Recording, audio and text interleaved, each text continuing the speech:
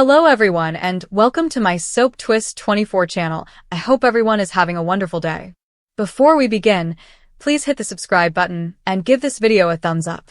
Luna Nozawa's life in Genoa City, a quiet town with secrets simmering beneath the surface of polite society, had always been a careful balance of toughness and vulnerability. She was a young woman with a spirit as bright as the moon she was named after, but her journey was tainted by tragedy and heartache. Her narrative of love, betrayal, and terrible tragedy would make an unforgettable impression on those who knew her, as well as those who would learn about her via the rumors of scandal that followed her death. Luna came to Genoa City with bigger hopes than the little apartment she rented on the outskirts of town. She was in her early 20s, with dark eyes that reflected both hope and deep melancholy. Luna's mother, a distant figure who had come and gone in her life, had left her to fend for herself from an early age. Luna was raised in foster homes and learned to shield her heart, but she never lost her ability to love. When she got a position at Chancellor Winters, a prestigious corporation in the heart of the city, it felt like the world was finally giving her the opportunity to rewrite her tale. Luna piqued the interest of Will Spencer, a guy whose charm and determination had propelled him to the top of the business ladder. Will was everything Luna wasn't: polished, connected, and secure in his place in the world. But there was a softness in his gaze when he gazed at her, a warmth that made Luna believe she could trust him. Their courtship began gently, with stolen looks in the office and late-night coffee discussions, and finally grew into a love that felt like it could conquer anything. Will served as an anchor for Luna, who had previously had little stability. But Genoa City was a town built on power conflicts and hidden motives, and Luna's happiness was fleeting in such a setting. Will's family, the Spencers, were a dynasty with deep roots and even deeper rivalries. His mother, Lee Finnegan, was a tough woman, a doctor with a steely determination and a clear vision for her son's destiny. Luna, according to Lee, was an outsider, a girl from nowhere who did not fit in with their environment. She made no secret of her disgust, her caustic words slicing through Luna like shards of glass. "You're a distraction," Lee informed her once, her tone icy and exact. "Will has a legacy to uphold. You're not a part of it." Luna tried to ignore Lee's criticism and concentrate on the life she and Will were creating together. When Luna found out she was pregnant, it felt like a miracle, a chance to start the family she had never had. Will was overjoyed and promised to be at her side no matter what. They named their unborn daughter Hope as a tribute to the future they envisioned. However, learning of the pregnancy exacerbated Lee's animosity. Luna's kid she saw as a threat to the Spencer name, a complication that may derail Will's carefully planned climb. The tension reached a peak one rainy evening at a charity event sponsored by the Spencers. Luna, gorgeous in a simple blue dress that embraced her developing tummy, stood at Will's side as he socialized with the city's elite. Lee's presence hovered over the proceedings, her disdain evident. When Luna excused herself to the restroom, she was confronted by Lee, whose remarks were poisonous. "Do you believe you can trap my son with this child?" Lee hissed. "You're nothing but a mistake, and I'll make sure everyone sees it." Luna remained firm, scared but defiant. "I love you, Will," she whispered softly. "And he loves me. That's enough." However, it wasn't. The next day, a controversy broke. Anonymous tips to the press accused Luna of embezzling monies from Chancellor Winters, portraying her as a gold digger who had seduced Will for money. The claims were unfounded, but the harm had been done. Luna's reputation was ruined, and whispers followed her everywhere. Will stood beside her, enraged at the falsehoods, but the pressure was unbearable. Luna began to suspect Lee's involvement in the slander campaign due to the Spencers' extensive influence. She had no proof, only the gnawing feeling that Lee would stop at nothing to break them up. Stress took its toll. Luna's pregnancy, which had previously been a source of delight, had turned into a source of anxiety as she worried about the world her daughter would join. Will swore to protect her, but his love couldn't keep her safe from the storm. Luna burst into tears one night while they debated whether to leave Genoa City. "I can't keep fighting your family," she cried. I just want us to be happy. Will embraced her, swearing to find a way out, but fate was already in motion. The arrest of Luna marked a watershed moment. The embezzlement allegations, as thin as they were, had been raised by a strong figure, someone with enough clout to deny Luna bail. She was transferred to a women's jail center on the outskirts of town, which is infamous for its brutal circumstances. Will was anxious, hiring the best lawyers money could buy, but the court system proceeded slowly, leaving Luna stranded. Pregnant and alone, she encountered animosity from convicts who perceived her as an easy target, a young woman without someone to protect her. Luna's brightness dimmed inside the cage. She penned messages to Will, her handwriting unsteady, but full of love for him and their unborn child. "Tell Hope I love her," she wrote in a letter, as if she could feel the gloom closing in.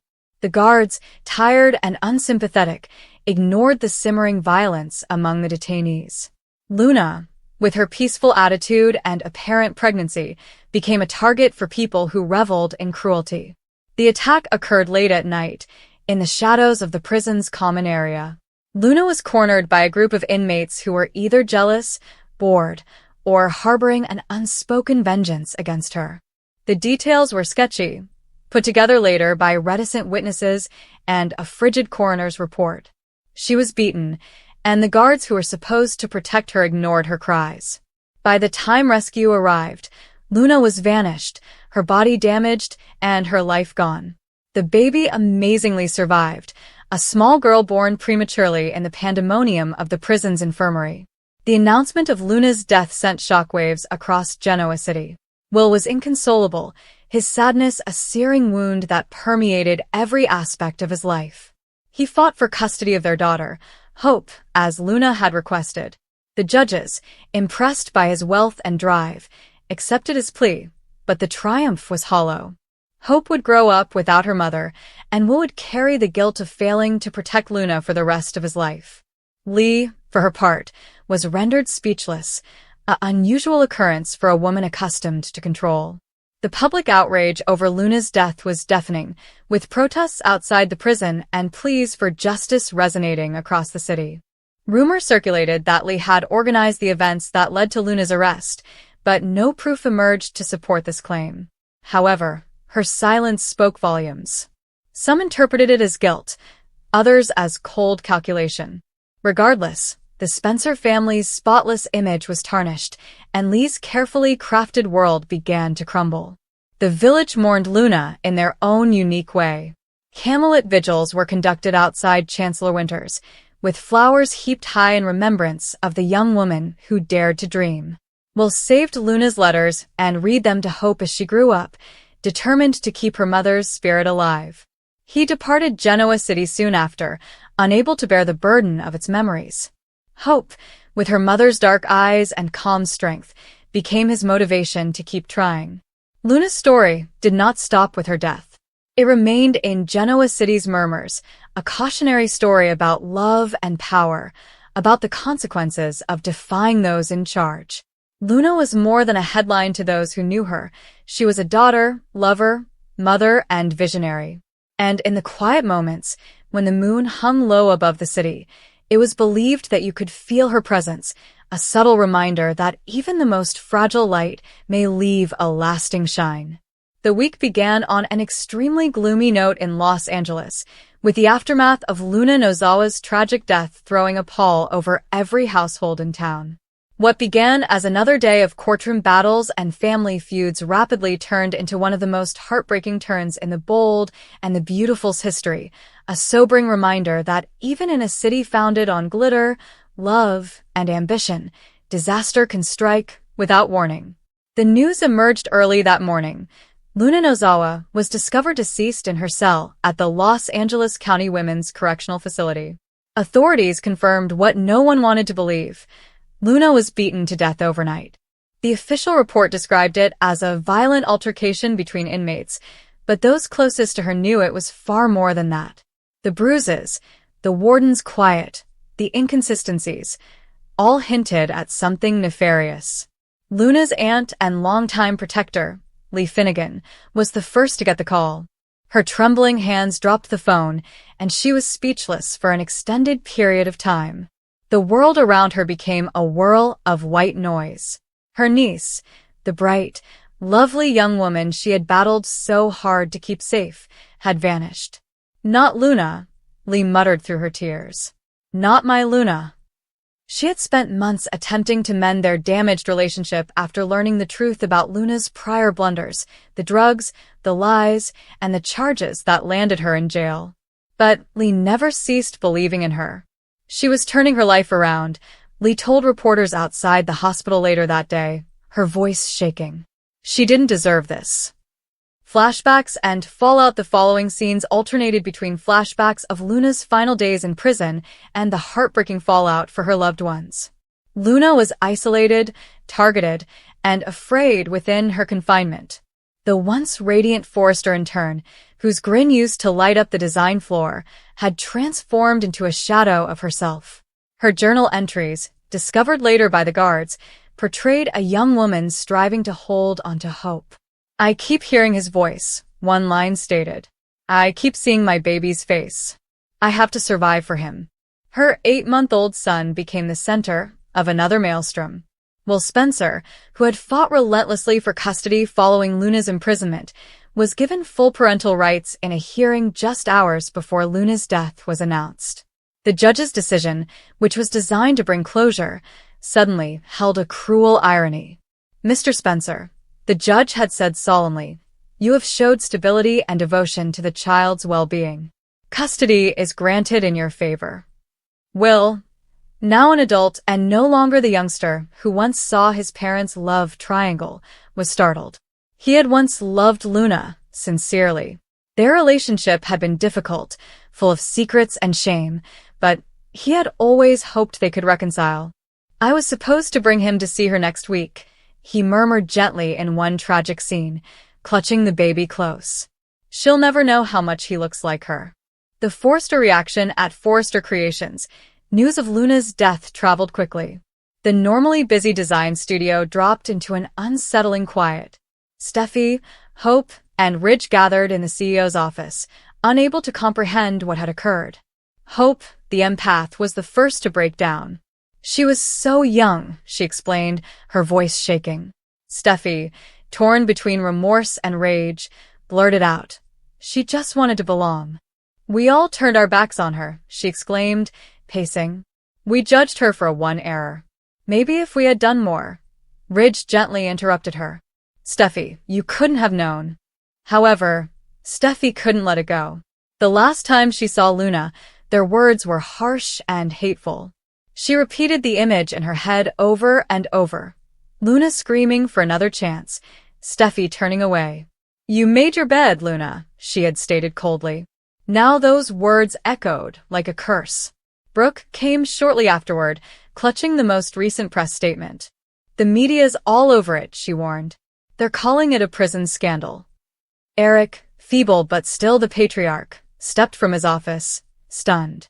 "That young woman was a Forrester in spirit if not in name," he added softly. "She had talent, heart, and now she's gone."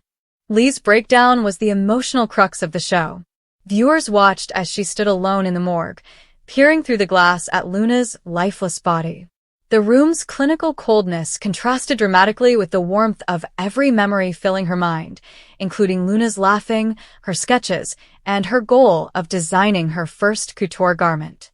"You were supposed to have a future," Lee said. "You were supposed to come home." Her anguish immediately turned to wrath. She demanded answers from the jail administration, storming into the warden's office with a level of rage rarely seen in the generally composed doctor. "My niece was beaten to death while in your custody," she exclaimed. "Who did this? Who allowed this to happen?" However, the warden's comments were evasive. "We're still investigating, Dr. Finnegan," he added coldly. "It appears to have been an altercation between inmates." "Don't lie to me," Lee said. Someone wanted her silence. The implication shocked the audience. Who would want Luna dead, and why? Rumors spread quickly. Did someone at Forrester have something to hide? Was it related to Luna's alleged knowledge of a concealed scandal before her arrest? Will's grief, and a shocking custody twist meanwhile, Will's plot exacerbated the pain. His scenes were real, modest, and dramatic, depicting a young man forced into single fatherhood under the most unfortunate of circumstances. He sat in Luna's old apartment, surrounded by her stuff and holding their son. "You'll know who she was," he said quietly. "I will make sure you do. You'll know your mother was brave." Then came the startling twist, a letter. A prison chaplain arrived at Will's door with a sealed envelope addressed in Luna's handwriting. "She gave this to me a week ago," the chaplain explained. "She asked me to deliver it if anything happened." Will opened it with shaky hands. Inside was a passionate confession and a revelation that might change everything. "Will," the letter started, "if you are reading this, it means I did not make it out. I need you to know that I've never stopped loving you. I realize I made mistakes, but I was trying to protect our son. Some people don't want the truth to come out. Please take care of him. And don't trust everyone you think you can." The camera focused on Will's face, where his tears reflected both pain and perplexity. "What truth?" he whispered. The plot exploded from there, implying a bigger conspiracy around Luna's imprisonment, possibly involving fabricated evidence or hidden foes within the Strong Forrester and Spencer empires. The aftermath, and Lee's closing scene, the episode's closing act, was one of the most haunting in recent memory. Lee, now completely broken but resolute, stood in front of a portrait of Luna at home, a beaming image from warmer times at the Forrester offices. "I failed you once," she confessed sadly, "but I won't fail you again." Her gaze hardened. "Whoever did this will pay." It was a scary promise, implying Lee might take matters into her own hands.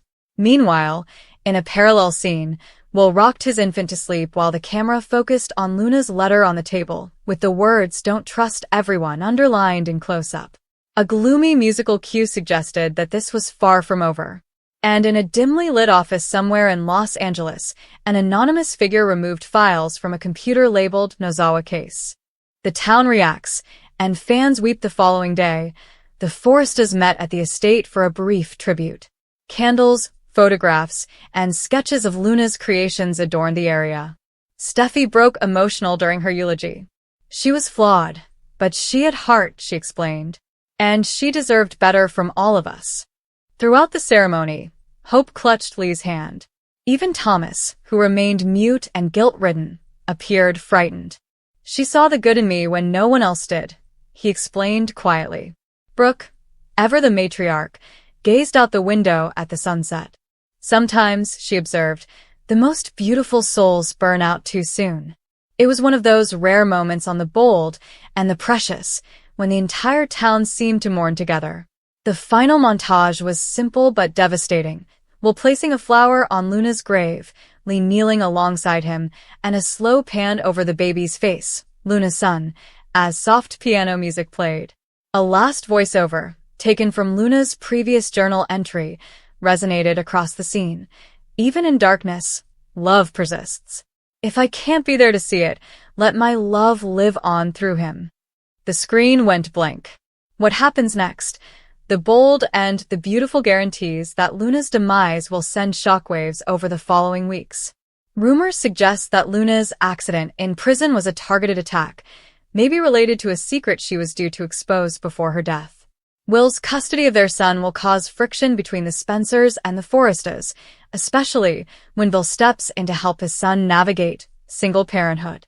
Ridge and Steffi, meanwhile, will face guilt and suspicion, while Lee, overcome by grief, may become an investigator in a search for justice that could tear the families apart. In a program known for love triangles and betrayal, this storyline has achieved a remarkable emotional depth, a meditation on forgiveness, legacy, and the cost of quiet.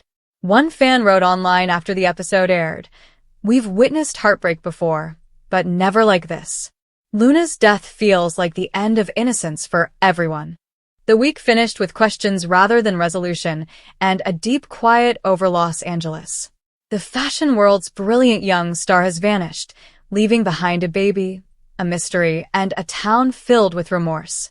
And somewhere, deep in the shadows of the Forrester legacy, someone was concealing the truth about what happened to Luna Nozawa. Her terribly brief story has the potential to change everything.